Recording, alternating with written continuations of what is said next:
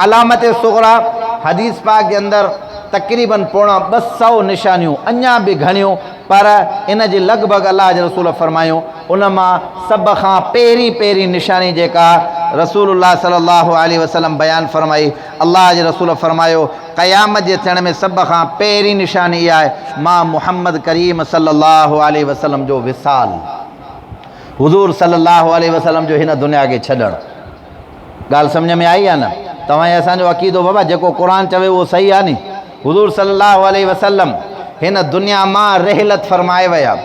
कहिड़े ॾिहाड़े जे अंदरि मुस्लमाननि खां जेकॾहिं पुछा कंदे अदा ॾे हाल अहवाल, हुज़ूर सल्लल्लाहु अलैहि वसल्लम कहिड़े ॾिहाड़े ते रहलत फरमाए विया? अलाह यार मूंखे ख़बर न आहे, भला ॾे हाल अहवाल फिलाणे जेको हेॾो वॾो अॻवाणा हो फिलाणे ॾिहाड़े ते वफ़ात, अॻवाणनि जी ख़बर अथव? तव्हां असांजो अॻवान कहिड़ा ॾाढे हंधि ॻाल्हायो, हज़रत मोहम्मद मुस्तफ़ा अहमद मुश्तबा सल्लल्लाहु अलैहि वसल्लम। रसूलुल्लाह सल्लल्लाहु अलैहि वसल्लम 12 रबिउल अव्वल ते रहलत फरमाई आहे। कॾहिं बाबा ॾाढे ॻाल्हायो 12, इहो सबक़ु यादि रखिजो, आख़िर में हिन सबक़ ते मोटींदासीं। 12 रबिउल अव्वल ते रसूलुल्लाह सल्लल्लाहु अलैहि वसल्लम में रहलत फरमाई आहे। सूमर जो ॾिहाड़ो चाशत जी नमाज़ जे वक़्तु रसूलुल्लाह सल्लल्लाहु अलैहि वसल्लम हिन दुनिया खे छॾियो। साहबा इकराम फरमाईंदा क़ुरान शरीफ़ जी आख़िरी जेका सूरत आहे जंहिंजो नालो सूरत नस्र आहे, इज़ा जाअ नस्रुल्लाहि वल फ़तह, इन जी माना इहा आहे जॾहिं ईंदी अल्लाह जी मदद ऐं फ़तह। वराईत अन्नास यदखुलून, तूं ॾिसंदे माण्हुनि खे यदखुलून फ़ी दीनिल्लाहि अफ़वाजा, टोलनि जा टोला अल्लाह जे दीन जे अंदरि दाख़िल थींदा।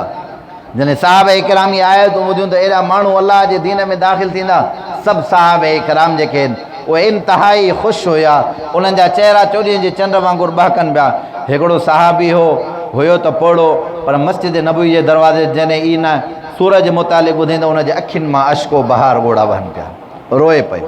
काफ़ी साहब इकराम चयो त ख़बर न आहे, चई तव्हां न ॿुधो आहे छा? हीअ जेका सूरत आहे उहा अल्लाह ताला रसूलुल्लाह सल्लल्लाहु अलैहि वसल्लम ते नाज़िल फरमाई आहे। असां ॿुधी करे ॾाढो ख़ुशि थिया आहियूं त काफ़र दीन जे अंदरि दाख़िल थींदा। उहो रोअण वारो ॿियो केरु न हो, राज़दार नुबुवत जनाब सिद्दीक़ अकबर रज़ी अल्लाह ताला अन्हु। चई मां सम्झां थो इन सूरत जे नाज़िल थियण मां सम्झां थो त छा मुराद आहे, हुज़ूर सल्लल्लाहु अलैहि वसल्लम तव्हां असांखे छॾण वारो आहे। चई छाजे करे? त हुज़ूर सल्लल्लाहु अलैहि वसल्लम जे बेअसत जो मक़सदु इहो हो त माण्हू दीन इस्लाम जे अंदरि दाख़िल थियनि। हाणे उहो मक़सदु हासिलु थी वियो। इन सूरत मां सम्झां थो त रसूलुल्लाह सल्लल्लाहु अलैहि वसल्लम जे रहलत ऐं रसूलुल्लाह सल्लल्लाहु अलैहि वसल्लम जे असांखां जुदा थियण जी ख़बर आहे। उन ग़म जे करे ऐं इहा सूरत जेका नाज़िल थींदी इन खां अॻु में हिकिड़ी आयत हज्जतुल विदा जे मौक़े ते अल-यौम अकमलतु लकुम दीनकुम व अतममतु अलैकुम निअमती व रज़ीतु लकुमुल इस्लाम दीना, इहा आयत नाज़िल थी। इन आयत नाज़िल थियण खां बाद में इहा सूरत नाज़िल थी। इन आयत जे नाज़िल थियण मां बि तक़रीबन 99% उलमाए मुफ़स्सिरीन इहा शइ मुराद वरिती आहे त इन मां बि रसूलुल्लाह सल्लल्लाहु अलैहि वसल्लम जी रहलत जी तरफ़ इशारो आहे। अल-यौम अल्लाह जे रसूल अरफ़ा जे मैदान में हज्जतुल विदा जे मौक़े ते ऐलान फरमायो, अॼु जे ॾिहाड़े जे अंदरि अकमलतु लकुम दीनकुम, अल्लाह ताला दीन खे पूरो अॼोके ॾिहाड़े जे अंदरि जेको दीन हुयो वातममतु अलैकुम, अल्लाह ताला पूरो कयो। वातममतु अलैकुम नेमती, पंहिंजी जेका नेमत आहे दीन इस्लाम वारी उहा मुकमल कई आहे। ऐं पाण करीम साहब इकराम खां उन ॾिहाड़े ते पुछा कई, ॾियो हाल अहवाल, अल्लाह साईं जेको मूंखे दीन ॾिनो उहो मां तव्हां ताईं पहुचायो? साहब इकराम जो साईं पहुचायो न, बल्कि जीअं पहुचाइण जो हक़ु हूंदो आहे तव्हां ईअं हक़ु अदा कयो आहे। रसूलुल्लाह सल्लल्लाहु अलैहि वसल्लम तमामु साहब इकराम खे इन मसइले जे मथां मुत्तहिद ऐं मुतफ़िक़ करे इहा ॻाल्हि पुछा कई। साहब इकराम इहा गवाही ॾिनी। ॻाल्हि सम्झ में आई हलनि? हुज़ूर सल्लल्लाहु अलैहि वसल्लम फरमाईंदा नबी अलैहिस्सलातु वस्सलाम जी रहलत खां 15 ॾिहाड़ा अॻु में हुज़ूर सल्लल्लाहु अलैहि वसल्लम कंहिं जनाज़े ते विया, जनाज़े खां बाद में मोटी आया। पैगम्बर सल्लल्लाहु अलैहि वसल्लम जॾहिं घर पहुता त हुज़ूर सल्लल्लाहु अलैहि वसल्लम खे मथे में शदीद सूरु थियो। पाण फरमाईंदो मूंखे इलाही मथे जे अंदरि सूरु आहे। पोइ कुझु ॾिहाड़नि खां बाद में रसूलुल्लाह सल्लल्लाहु अलैहि वसल्लम खे इंतिहाई तेज़ बुख़ार निकिरणु शुरू थियो। बुख़ार जी कैफ़ियत बि जेका लिखियलु आहे उलमा इकराम फरमाए एॾो शदीद रसूलुल्लाह सल्लल्लाहु अलैहि वसल्लम खे बुख़ार हुयो जो अम्मा फ़ातिमतु ज़हरा रज़ी अल्लाह ताला अन्हा बीमारी जे वक़्त जे अंदरि हुज़ूर सल्लल्लाहु अलैहि वसल्लम जॾहिं ईंदी हुई त हुज़ूर सल्लल्लाहु अलैहि वसल्लम पंहिंजी न्याणी अम्मा फ़ातिमा खे फरमाईंदा, फ़ातिमा बुखार जी शिद्दत जे करे मथे में एतिरी तकलीफ़ आहे, पोइ हिकिड़ो पाणी जो प्यालो उहो क़रीब पियो हूंदो, कपिड़ो हीअं आलो करे हुज़ूर सल्लल्लाहु अलैहि वसल्लम अम्मा फ़ातिमा खे, जीअं तव्हां असां बुखार वारे खे मथे जे मथां रखंदा आहियूं त बुखार लहे, बारी बारी हुज़ूर सल्लल्लाहु अलैहि वसल्लम अम्मा फ़ातिमा खे फ़रमाईंदा, फ़ातिमा इहो पाणी खणी करे या इहो कपिड़ो आलो करे जेको आहे सो मुंहिंजे मथां लॻाए। ॻाल्हि सम्झ में आई? काफ़ी दफ़ा हदीस पाक जी किताबनि जे अंदरि आयो आहे त रसूलुल्लाह सल्लल्लाहु अलैहि वसल्लम बेहोश बि थी वञनि वरी होश में अचनि, पर रब्बे मुहम्मद जो कसम आहे, हदीस जा किताब खोले करे ॾिसो, राविन जी रिवायतुनि जा अहवाल ॿुधो, जॾहिं हुज़ूर सल्लल्लाहु अलैहि वसल्लम होश में अचनि पिया, आयशा ॾे हाल वाल मुसलमान निमाज़ पढ़ी आहे या न? फरमाई या रसूलल्लाह सल्लल्लाहु अलैहि वसल्लम, अञा साहबे इकराम इंतज़ार में आहिनि त हुज़ूर पाक सल्लल्लाहु अलैहि वसल्लम ईंदा। पोइ जॾहिं रसूल जी तबियत सफ़ा, अच्छा काफ़ी दफ़ा त ईअं थियो इन बीमारी जे आलम में हज़रत इब्न अब्बास या हज़रत अली रज़ी अल्लाह तआला अन्हु खे वठी करे ॿई पंहिंजा हथ उन्हनि जे कुल्हनि जे मथां रखी करे हुज़ूर सल्लल्लाहु अलैहि वसल्लम वॾी तकलीफ़ सां वञी करे मस्जिद जे अंदरि निमाज़ पढ़ंदा। ऐं काफ़ी दफ़ा ईअं थियो रसूलुल्लाह सल्लल्लाहु अलैहि वसल्लम घर जे अंदरि, पोइ पाण फ़रमायूं त आयशा मुरू अबा बकरिन फल्युसल्लि बिन्नास, आयशा अबू बकर खे चओ त मां मुहम्मद जे मुसल्ले जे मथां बीही करे निमाज़ पढ़ाए। रिवायत जे अंदरि अचे थो अम्मा आयशा अल्लाह जे रसूल खे अर्ज़ु कयो, या रसूलल्लाह सल्लल्लाहु अलैहि वसल्लम, मुंहिंजो बाबो आहे, मुंहिंजो पीउ आहे, मां पंहिंजे पीउ जी तबियत खां वाक़िफ़ु आहियां।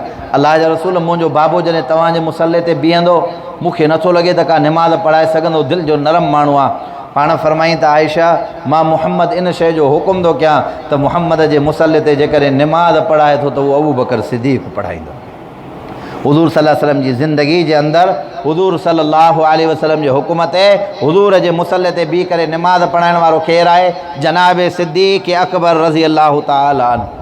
ऐं अम्मा आयशा फरमाए पई काफ़ी दफ़ा ईअं बि थियो हुज़ूर सल्लल्लाहु अलैहि वसल्लम ईअं बेहोश थी वञनि, वरी जॾहिं उथनि त अस्सलात अस्सलात अस्सलात अस्सलात, हुज़ूर जे ज़ुबान मुबारक जे जेके आख़िरी लफ़्ज़ हुया, शदीद जंहिं शइ सां मोहबत हुई न उनजो नालो हुयो निमाज़। उनजो नालो बाबा छा हुयो? ॾाढा ॻाल्हायो, उनजो नालो छा हुयो? निमाज़।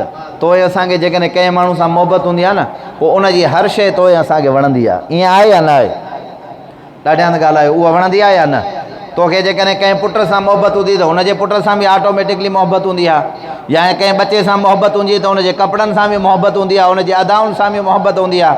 अॼु तूं ऐं असां दावा इहा कयूं था त असांखे हुज़ूर सल्लल्लाहु अलैहि वसल्लम सां मोहबत आहे। ओ मुंहिंजा भाउ, तुंहिंजे ऐं असांजे दिलबर नबी आकाए दो जहां सल्लल्लाहु अलैहि वसल्लम सभ खां वधीक जंहिं शइ सां मोहबत कई आहे उन शइ जो नालो आहे नमाज़। उन शइ जो नालो छा आहे बाबा? निमाज़। अॼु तूं दावा इहा थो करे त मूंखे हुज़ूर सां मोहबत आहे, ऐं होॾां तूं निमाज़ पढ़े ई न, हाणे असां कीअं सम्झूं?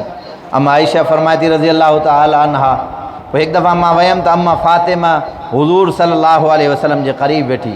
पोइ हाणे इहो छंछर जो ॾिहाड़ो आहे या आचर जो ॾिहाड़ो आहे, हिकु ॿ ॾिहाड़ा अॻु में रसूलुल्लाह सल्लल्लाहु अलैहि वसल्लम जी रहलत खां अॻु में फरमाए त अम्मा फ़ातिमा जॾहिं वेठी, पर थोरो हीअं पासीरो वेठी, हुज़ूर सल्लल्लाहु अलैहि वसल्लम रड़ करे चयो त फ़ातिमा मां मुहम्मद जे क़रीब अच। हुज़ूर सल्लल्लाहु अलैहि वसल्लम जे क़रीब आई अम्मा फ़ातिमा त पैगम्बर सल्लल्लाहु अलैहि वसल्लम पंहिंजी न्याणी जे कन में कुझु अल्फाज़ फरमाया। अम्मा फ़ातिमा ॿुधी करे अम्मा फ़ातिमा जे अखियुनि मां ॻोढ़ा वही आया। वरी जॾहिं ॾिठो त अम्मा फ़ातिमा रोए पई, हुज़ूर सल्लल्लाहु अलैहि वसल्लम वरी अम्मा फ़ातिमा खे चयो त फ़ातिमा कन ओरते कर। अम्मा फ़ातिमा फरमाए थी त मां वरी जॾहिं कन ओरते कयो, हुज़ूर कुझु अल्फाज़ फरमाया। उनखां बाद में अम्मा फ़ातिमा रोइण वारी वरी मुस्कुराइणु शुरू कयो। ॻाल्हि खे चङी तरह सम्झो। अम्मा आयशा फरमाए थी त मां इहो जॾहिं ॾिठो त अम्मा फ़ातिमा जे क़रीब थियमि त अम्मा अल्लाह जे रसूल तोखे पहिरियों कन में छा चयो जो तो रोअणु शुरू कयो, ऐं अल्लाह जे रसूल पोइ बाद में तोखे कन में छा चयो जो तो खिलणु शुरू कयो? अम्मा फ़ातिमा ॿुधाए मुंहिंजी अम्मा, पहिरियों जॾहिं मां अल्लाह जे रसूल जे कन क़रीब कयो, मूंखे सॾु कयूं, मूंखे चवंदो फ़ातिमा हिन बीमारी जे अंदरि मां मुहम्मद पंहिंजे रब सां मुलाक़ात कंदुमि। हिन बीमारी जे अंदरि मां छा कंदुमि? पंहिंजे रब सां मुलाक़ात कंदुमि, यानी हिन बीमारी खां बाद में मां उथी न सघंदुमि। पुछी मूंखे ॾाढो ॾुखु थियो त बाबा तव्हां मूंखे छॾे वेंदव, तव्हांजो छॾणु तव्हांजो मूंखां जुदा थियणु इहा वॾे ॾुख जी वॾो सान्यो आहे, इहो कीअं मां बर्दाश्त करे सघंदुमि? पुछी ॿिए दफ़ा अल्लाह जे रसूल वरी मूंखे कन में जेको आहिस्ता चयो न त फ़ातिमा मुंहिंजे ख़ानदान मंझां सभ खां पहिरीं मूंसां मुलाक़ात करण वारी मुंहिंजी न्याणी अम्मा फ़ातिमा तूं हूंदी आहे। जॾहिं अल्लाह जे रसूल इहो दिलासो ॾिनो त मूंखे ख़ुशी थी, कुझु न कुझु मुंहिंजी दिलि खे हियांव खे ठेक आयो त ख़ैरु आहे, कुझु ॾिहाड़नि जी ॻाल्हि आहे, मां बि पंहिंजे बाबा सां वञी करे मुलाक़ात कयां। एक रिवायत के अंदर आयो तो रसूलुल्लाह सल्लल्लाहु अलैहि वसल्लम एक दफ़ा मिंबर के मथा चढ़ी करे वेठा। साहब इकराम जेके जंग ओहद के अंदर शहीद थी विया उन्हनि जे लाइ अल्लाह जे रसूल दुआ फरमाई। उन खां बाद में रसूलुल्लाह सल्लल्लाहु अलैहि वसल्लम ऐलान फरमायो त अल्लाह जे बाननि मञा हिकिड़ो बानो आहे, इन अब्दम मिन इबादिल्लाहि खैरल्लाहु व बैन दुनिया व बैन मा इंदहु फख्तार मा इंदल्लाह। अल्लाह जे बाननि मञा हिकिड़ो बानो आहे, अल्लाह उनखे हिन शइ जो अख़्तियार ॾिनो आहे। ॻाल्हि खे चङी तरह सम्झो, जेकॾहिं हो पूरी हयाती पूरी ज़िंदगी हिन दुनिया में रहणु चाहे त अल्लाह उनखे चए थो भली तुंहिंजी मर्ज़ी आहे, तूं सॼी ज़िंदगी हिन दुनिया जे अंदरि रहो, कोई मसइलो न आहे। ऐं जेकॾहिं हिन दुनिया खे छॾे तॾहिं बि तुंहिंजी मर्ज़ी आहे। त हज़रत अबू बकर सिद्दीक़ रज़ी अल्लाह ताला अन्हु जॾहिं ॿुधो त हज़रत अबू बकर सिद्दीक़ जे अखियुनि मां ॻोढ़ा विया त जेको भरिसां वारो साहबीयुसि चई तव्हां छो था रो, अल्लाह जे रसूल त ॻाल्हि हीअ कई आहे, चए तोखे ख़बर आहे अल्लाह जे रसूल जेको चए थो अल्लाह जे बाननि मञा अल्लाह जंहिंखे अख़्तियार ॾिनो आहे पूरी ज़िंदगी दुनिया जे अंदरि रहण वारो उहो हुज़ूर सल्लल्लाहु अलैहि वसल्लम आहे। पर पैगम्बर फरमायो त उन अल्लाह जे बाने रब जी मुलाक़ात खे तरजीह ॾिनी आहे। यानी ज़ाहिर आहे इहा दुनिया छॾे करे रेलत करे अल्लाह जो रसूल वियो त रब जी ज़ात गिरामी सां मुलाक़ात कई। हिन दुनिया खे छॾण वारो आख़िरी ॾिहाड़ो जेको हुयो चाशत जो सूमर जो ॾिहाड़ो, हुज़ूर सल्लल्लाहु अलैहि वसल्लम काफ़ी वक़्त खां तकलीफ़ जे अंदरि वरी बेहोश थियनि पिया। हुज़ूर सल्लल्लाहु अलैहि वसल्लम अम्मा आयशा खे फरमायो, आयशा मूंखे मिसवाक ॾियो, मिसवाक ॾंदण सम्झो था न, ॾंदण निम जो ॾंदण खणी आया। रसूलुल्लाह सल्लल्लाहु अलैहि वसल्लम जंहिं पंहिंजी खट जे मथां हुया उहा खट जी जेका खट जा जेके पाव हुया उहो सागवान जेको आहे सो पंहिंजो हुन जा काठी जा हुया। इंडिया जो हिकिड़ो राजा हुयो जंहिं हुज़ूर सल्लल्लाहु अलैहि वसल्लम खे इहा काठी तोहफ़े जे अंदरि मोकिली, अल्लाह जे रसूल उन मां खट टराई। बहरहाल हुज़ूर सल्लल्लाहु अलैहि वसल्लम बेचैन हुया। उन खां बाद में मिसवाक आंदो, अम्मा आयशा फरमाई थी त मां ॾंदण खणी करे, नबी अलैहिस्सलातु वस्सलाम जी आदत मुबारक हूंदी हुज़ूर सल्लल्लाहु अलैहि वसल्लम राति जो सुम्हण खां पहिरीं ज़रूरु ज़रूरु ॾंदण कंदा हुआ। इन बि संहिंजी सुनत आहे, महबूब सुनत आहे। हुज़ूर सल्लल्लाहु अलैहि वसल्लम सुबुह जो जीअं उथंदा तॾहिं बि त पाण फरमाई त आयशा ॾंदण त खणी आहे। अम्मा आयशा चए थी त मां ॾंदण खणी आयमि, पर हुज़ूर सल्लल्लाहु अलैहि वसल्लम बीमारी जे करे रसूलुल्लाह सल्लल्लाहु अलैहि वसल्लम कमज़ोर हुजण जे करे उनखे एतिरो ज़ोर न पिया ॾेई सघनि, तॾहिं चवंदा आयशा पंहिंजे ॾंदनि सां मूंखे ॾंदण ठाहे ॾे। अम्मा आयशा फरमाए थी आख़िरी वक़्त जे अंदरि हुज़ूर खे ॾंदण आयशा पंहिंजे मुंहुं मुबारक सां ठाहे ॾिनो। हुज़ूर उन मुंहं खे उन ॾंदण खे पंहिंजे ज़ुबान मुबारक ऐं पंहिंजे ॾंदनि मुबारकनि जे अंदरि लॻायो आहे। उहो दुनिया वारो जंहिं आयशा जो शान ख़ुदा एॾो बुलंद कयो आहे, तूं ऐं असां उन आयशा जे शान खे किथे पुॼी सघंदासीं। बहरहाल कुझु वक़्त खां बाद में हुज़ूर सल्लल्लाहु अलैहि वसल्लम पंहिंजे ख़ालिक़ हक़ीक़ी सां वञी करे मिलिया। हाणे साहब इकराम खे दुनिया